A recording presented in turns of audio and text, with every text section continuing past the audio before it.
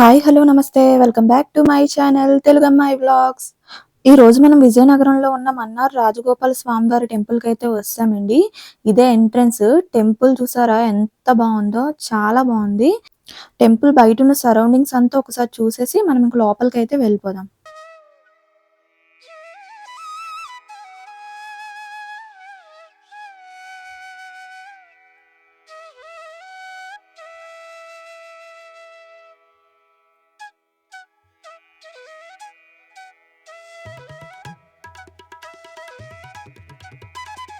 ఇక్కడైతే పెద్ద ఏనుగు బొమ్మ అయితే ఉందండి. దాని మీద ఒక మనిషి అయితే కూర్చొనున్నారు. పక్కన ఇంకో మనిషి నించొనున్నారు.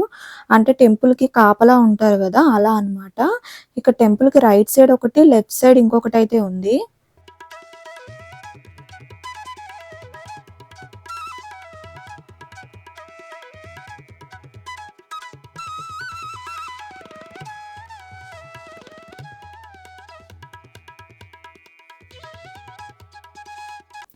టెంపుల్‌లోకి ఎంటర్ అవ్వగానే రైట్ సైడు వసుదేవుడు బాలకృష్ణుడిని నది దాటిస్తున్న స్టాచ్యూ అయితే ఉందండి.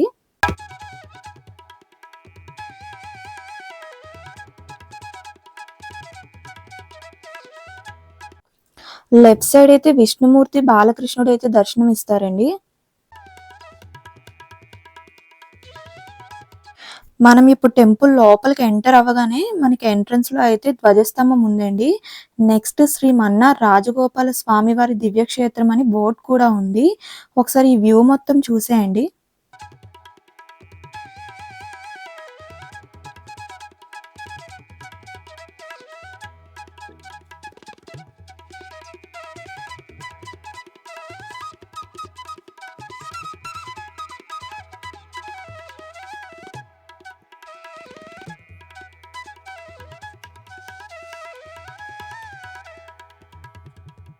టెంపుల్ అయితే చాలా బావుంది.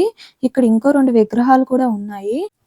ఇక్కడ కుడివైపున స్వామివారు శ్రీ మహాలక్ష్మి సమేతంగా శ్రీరంగంలో ఉన్న శ్రీ రంగనాథునిలాగే దర్శనమిస్తారండి.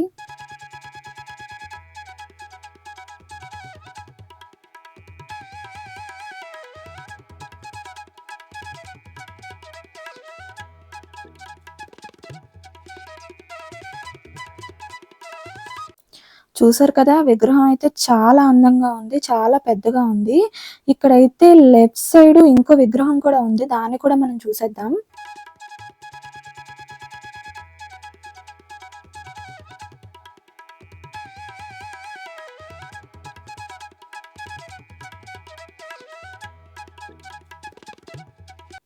ఇక టెంపుల్ లెఫ్ట్ సైడ్ అయితే మదన గోపాల స్వామివారైతే దర్శనం ఇస్తారండి. ఈ విగ్రహం కూడా చాలా బావుంది. దీన్ని కూడా ఒకసారి చూసేయండి.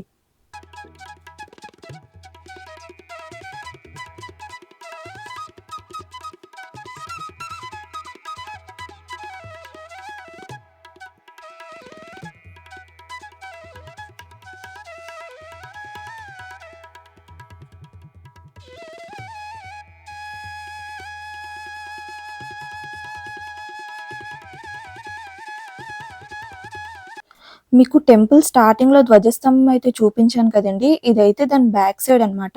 ఇక్కడైతే గరుడల్వార్ స్వామివారైతే దర్శనం ఇస్తారు.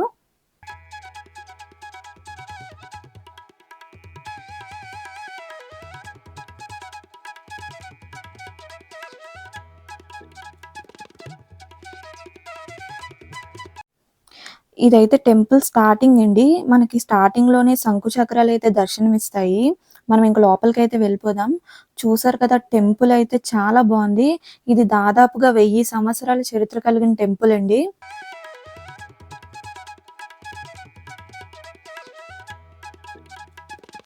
ఇక్కడ టెంపుల్ లోపల జగన్నాథ స్వామివారు కూడా ఉన్నారండి. అచ్చం పూరిలో ఉన్నట్టయితే ఉన్నారు ఇక్కడ కూడాన. జగన్నాథ స్వామివారి పక్కనే ఐశ్వర్యలక్ష్మి అమ్మవారు ఎంతో చక్కగా చాలా అందంగా అయితే ఉన్నారండి. ఇక్కడ స్వామివారు శ్రీ మహావిష్ణువు రూపంలో అయితే చాలా చక్కగా దర్శనం ఇచ్చారండి.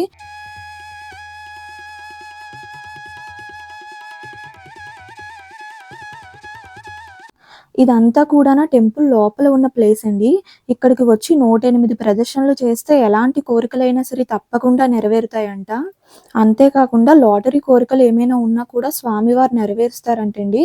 అందుకనే ఈయన్ని లాటరీ గోపాలుడు అని కూడా పిలుస్తారంట. పూర్వం మన్నార్ రాజవంశీయుల దగ్గర డబ్బు లేకపోతే స్వామివారిని వేడుకుంటే లాటరీ టికెట్ కొనుక్కోమని చెప్పారంటండి. అలా కొనుక్కున్న లాటరీ టికెట్ ద్వారా వచ్చిన డబ్బులతో ఆలయాన్ని నిర్మించమని చెప్పారంట.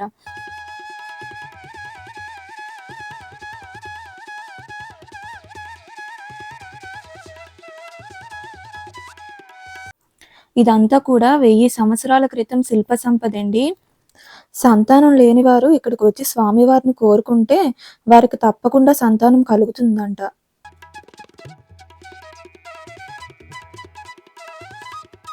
ఇక్కడ టెంపుల్ లోపల గోడల మీద రామాయణం, భాగవతం, శ్రీకృష్ణ జననం అన్నీ కూడానా ఇలా ఫోటోస్ రూపంలో పెట్టి మనకి అర్థమయ్యేలా కిందన ఎక్స్‌ప్లనేషన్ అయితే రాసారండి. ఎవరైనా ఇవి తెలియని వారు ఉంటే ఇవి చదవడం వల్ల వారికి చాలా ఈజీగా అయితే అర్థమవుతాయి.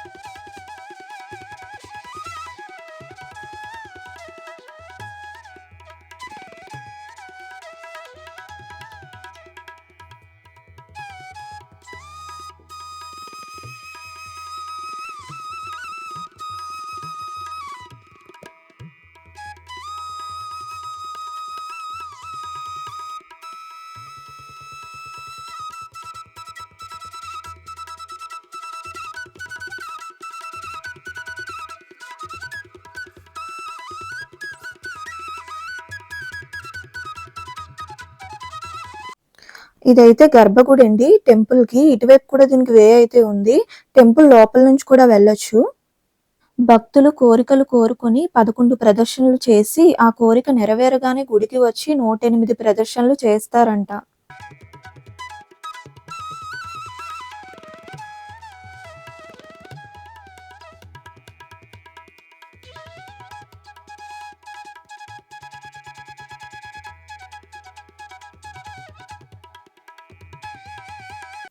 ఇది ఆలయంలో ఉన్న గర్భగుడండి. స్వామివారికి ఎడమ భాగంలో విశ్వక్సేనుల వారు, కుడి భాగంలో ఆంజనేయ స్వామివారు ఉంటారు. స్వామివారు రుక్మిణి, సత్యభామ సమేతంగా కలగా దర్శనమిస్తారు.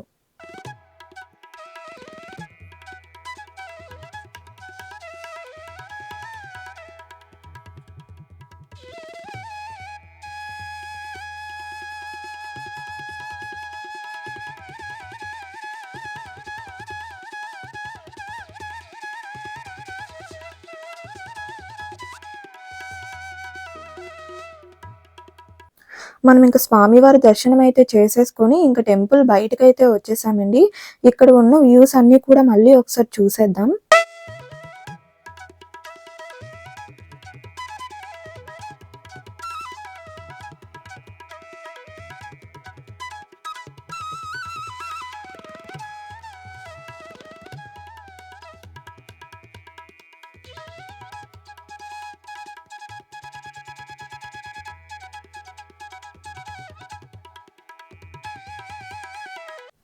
ఇదంతా కూడా టెంపుల్ బయటున్న ప్లేస్ అండి. ఇక్కడైతే కళావేదిక ఉంది. నెక్స్ట్ ఇక్కడ పిల్లలు వాళ్ళు ఆడుకోవడానికి చిన్న చిన్న ఉయ్యాల్లా ఉన్నాయి.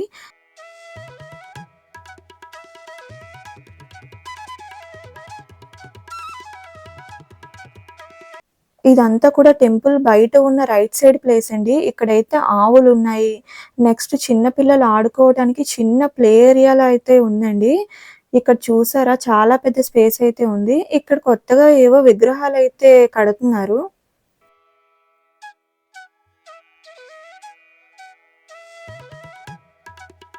ఈ వీడియో అయితే ఇంతటితో కంప్లీట్ అయిపోయిందండి. ఈ వీడియో మీకు నచ్చిందని అనుకుంటున్నాను.